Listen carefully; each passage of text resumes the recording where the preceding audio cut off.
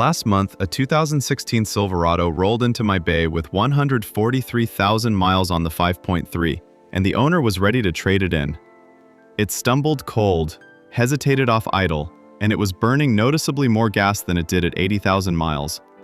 2 days and about $500 later, that same truck idled so smooth the owner accused me of swapping the engine. I never opened up the bottom end, and I never touched a single internal part. But the procedure that woke that truck up is one that almost nobody pays for, because nobody at the dealership counter ever brings it up. Today I'm going to show you exactly what it is, what it costs, and the 5 other services that stack on top of it to make a tired Silverado feel new again. First, you need to understand why your truck got tired in the first place, because it didn't happen overnight and it isn't your fault.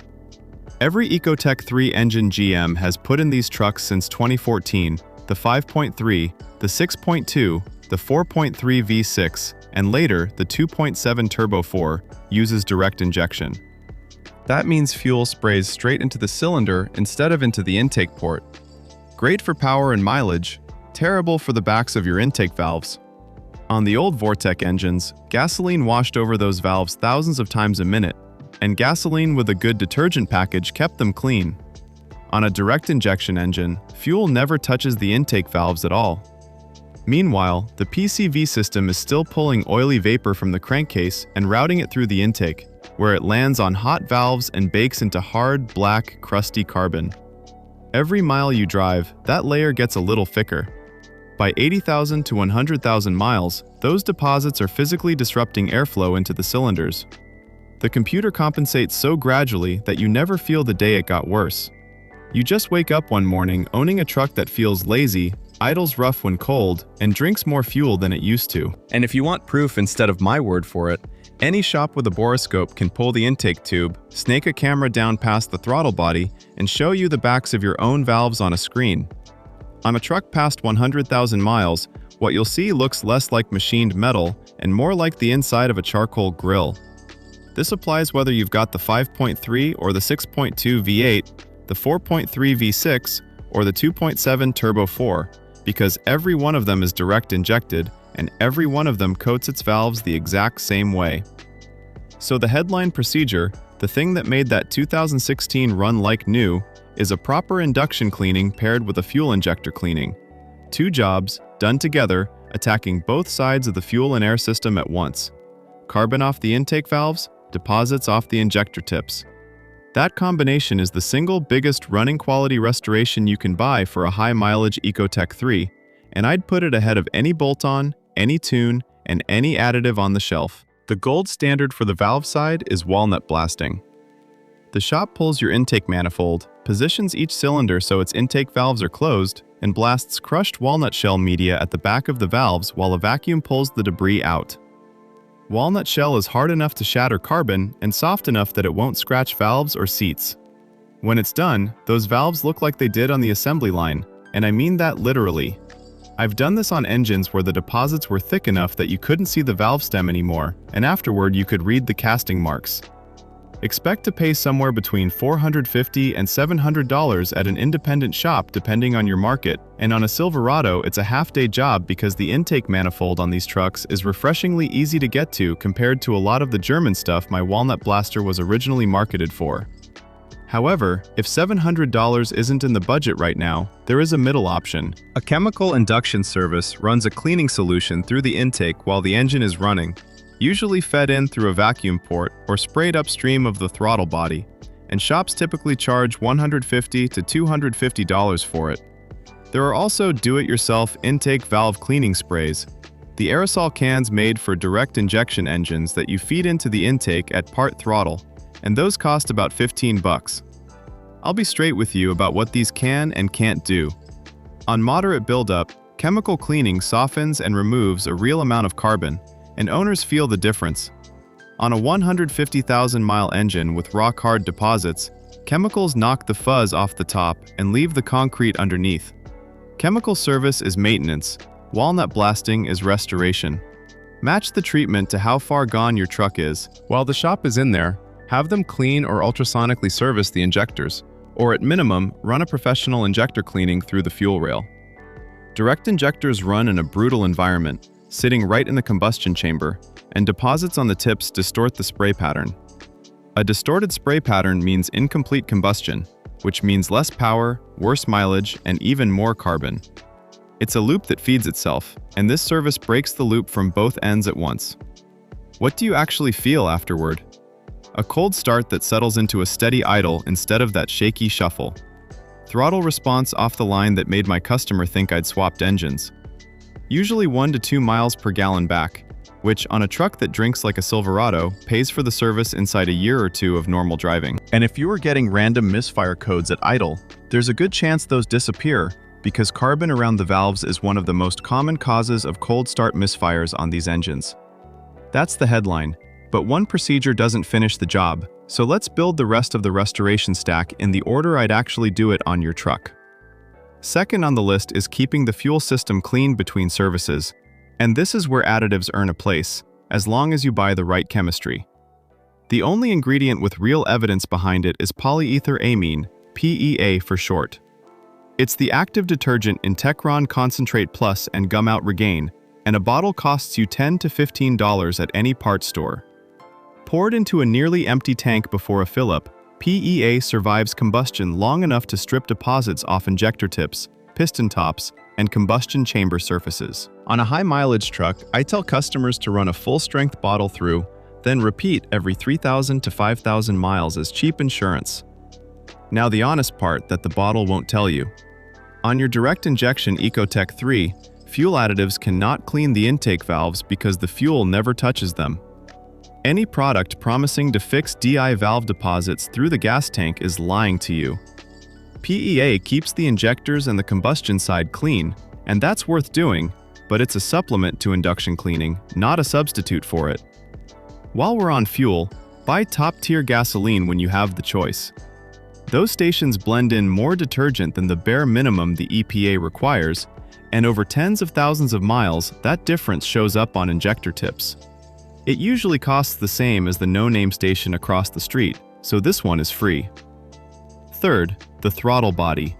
And this one is almost free. 10 to 15 years of PCV vapor leaves a ring of grime around the throttle plate, and because the plate barely cracks open at idle, even a thin film changes how much air sneaks past. That's where hunting idle, occasional stalling at stoplights, and that annoying flare then drop on startup come from. A can of throttle body cleaner costs about $8. Pull the intake tube, hold the plate open, spray and wipe with a lint-free rag until the bore is shiny brass or aluminum again. And be gentle, because the coating around the bore matters. Now the part that trips people up on GM trucks. These are drive-by-wire throttles, and after cleaning, the computer needs to relearn where idle lives. Skip the relearn and plenty of Silverados will idle high or surge, and owners panic thinking they broke something. On most model years, the truck relearns on its own if you let it. Key on for a few seconds before starting, then start it and let it idle in park with the AC off for about 3 minutes, shut it off for a minute, then idle it another 3. Some years are stubborn and want a scan tool to reset the idle learn values, and any decent shop can do that in 5 minutes. Do the cleaning and the relearn together, and you get back the smooth, stable idle this truck had on the lot. And since the intake tube is already off, take 30 seconds to look at your air filter. A dirty filter on a 100,000-mile truck is common enough that I check it on every job, and a $20 filter is the difference between the engine breathing through a straw and breathing through an open window. Fourth in the stack, spark plugs and coils. And this is the interval almost every owner blows past. GM's schedule says the plugs on these engines are good for 97,500 miles, and because that number is so big, people read it as forever. It is not forever. I pull plugs out of 130,000-mile Silverados every month with electrode gaps worn far past spec, and a worn gap makes the coil work harder on every single firing event to jump that gap. You feel it as soft throttle response and a subtle miss under load, especially towing, and you eventually pay for it in cooked coils. 8 AC Delco Iridium plugs cost you $80 to $120 in parts. A shop will do the job for $250 to $400 total. And on the 5.3, it's honest, reachable work. No cab removal, no drama. Do not let anyone talk you into 8 new coils while you're at it. Coils on these trucks are individual, they fail one at a time, and the truck will throw a misfire code telling you exactly which cylinder when one dies. Replace the plugs on schedule, replace coils only when they actually fail, and put the money you save toward the walnut blasting. If you're doing this job in your own driveway, two details matter. Check the gap on every new plug, even though iridiums come pre-gapped, because they get bumped in shipping. And torque them to spec with an actual torque wrench, since these are aluminum heads and an over-tightened plug can turn a $12 part into a thread repair. A dab of dielectric grease inside each boot means the next guy, probably future you, gets them off without a fight. Fresh plugs on a high-mileage truck give you back crisp response under load, smoother towing, and better cold weather starts, and paired with the induction cleaning, it's the closest thing to a personality transplant this engine can get. If this video is helping you understand your truck, take a second and hit subscribe. I break down Silverado ownership and maintenance like this every week, and the next few cover repairs that can save you thousands. Fifth, and this one is about protecting the engine as much as reviving it, we need to talk about oil, because on these trucks, oil is not just lubrication. If you have a 5.3 with active fuel management, or a newer truck with dynamic fuel management, the lifters that switch cylinders on and off are hydraulic devices controlled by oil pressure through tiny passages and solenoids. When a lifter collapses on these engines, and if you own one, you already know somebody it's happened to, the repair regularly runs $3,000 to $4,000 because the heads have to come off. I can't promise any oil regimen makes you immune. What I can tell you from 2 decades under these trucks is that dirty, sheared down, low oil is present in a huge share of the lifter failures I see.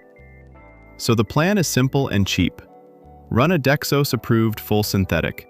Use the viscosity on your oil cap, and change it around 5,000 miles instead of riding the oil life monitor to the bitter end. Because that monitor will happily let you stretch past 7,500 miles on a truck that tows. Check the level monthly, since plenty of these engines quietly use oil between changes, and low oil level is exactly the condition AFM lifters hate most. An $80 oil change every 5,000 miles is the cheapest insurance policy sold anywhere in the truck world. And don't cheap out on the filter to save $4, because on an engine where lifters live or die by oil pressure, a quality filter with a properly working bypass valve is part of the system, not an accessory. And on the older AFM trucks, some owners add a disabler that keeps the engine in V8 mode so the switching lifters simply stop switching. I won't tell you it's mandatory, but I will tell you the trucks I see running clean oil on short intervals are not the trucks getting head work at 120,000 miles. Sixth, the cooling system, and this is the one nobody feels working, which is exactly why it gets skipped. The orange DexCool in your Silverado is rated for 5 years or 150,000 miles, and past that point, the corrosion inhibitors are used up, even if the coolant still looks orange. Old coolant turns acidic, and acidic coolant eats water pump seals, radiator cores, and heater cores from the inside. All repairs that cost far more than the fluid that would have prevented them. A drain and fill at a shop runs $150 to $250. While they're in there, have them pressure test the system and look at the thermostat, because an engine that runs at the wrong temperature carbons up faster, burns more fuel, and wears faster. All the stuff we just spent money fixing. You won't feel a coolant exchange in the seat of your pants the way you feel walnut blasting. What you'll feel is nothing at all for the next 5 years. And in a cooling system, nothing is the goal. And seventh, the one that isn't the engine but decides how new the whole truck feels, the transmission. If your Silverado has the 6L806 speed, GM's own severe service schedule calls for fluid at 45,000 miles. And I'd argue almost every truck that tows, hauls, or sits in traffic qualifies as severe service. Yet owners hear the phrase lifetime fluid and never touch it. And I want you to understand what that phrase means. It means the fluid lasts the lifetime of the fluid. When it's burned and full of clutch material at 120,000 miles, the lifetime is over, and sometimes the transmission goes with it. A proper fluid exchange runs $300 to $400, and on a healthy transmission, it buys you crisper, smoother shifts and a much longer life. If you have a 2015 and up truck with the 8L908 speed, there's a specific chapter you need to know. Those transmissions became famous for a shudder, That rumble strip vibration around 25 to 80 miles per hour under light throttle, and GM's own service bulletin, 18-NA-355, addressed it by fleshing out the original fluid and refilling with Mobil 1 synthetic LVA-TFHP, the blue label fluid, because the original fill was found to be prone to picking up moisture. I've done that flush on trucks the owners were convinced needed a $3,500 torque converter, and a $400 fluid service made the shutter disappear. Not every time, but often enough that it is always the first thing to try. One caution from experience, and it applies to any transmission over about 150,000 miles that has never been serviced. Ask the shop for a fluid exchange with a pan drop and filter, not an old-school power flush, and if the fluid comes out black and burnt, get an honest opinion before spending more, because fluid fixes tired fluid, it doesn't fix dead clutches. So that's the full stack. And look at what it adds up to. Induction and injector cleaning around $500 to $800. A bottle of PEA cleaner for $12 every few thousand miles. A throttle body cleaning and relearn for the cost of a can of cleaner. Plugs at $250 to $400. Oil discipline at $80 a pop. Coolant around $200, transmission fluid around $400. Even doing every single item at a shop, you're in for somewhere around $2,000, which is less than 1 month of payments plus insurance on a new $65,000 Silverado. And unlike a payment, this money buys back the truck you already own. You paid these trucks off to get to the cheap years. This is how you collect. If your Silverado is past 80,000 miles and it's never had an induction cleaning, that's your starting point. And I'd love to hear what it does for yours. Drop your year, engine, and mileage in the comments. Tell me which of these services your truck has actually had, and I'll point you toward what to do first. Because I read those comments every day, and there's 20 years of Silverado stories in there worth more than any single video. If this saved you a trip to the dealership or a trade-in you'd have regretted, hit the like button so it reaches the next owner about to give up on a good truck. And subscribe if you haven't, because next week I'm covering the 5 noises a Silverado makes before a big repair bill, and which ones you can safely ignore. Take care of that truck, and it'll take care of you.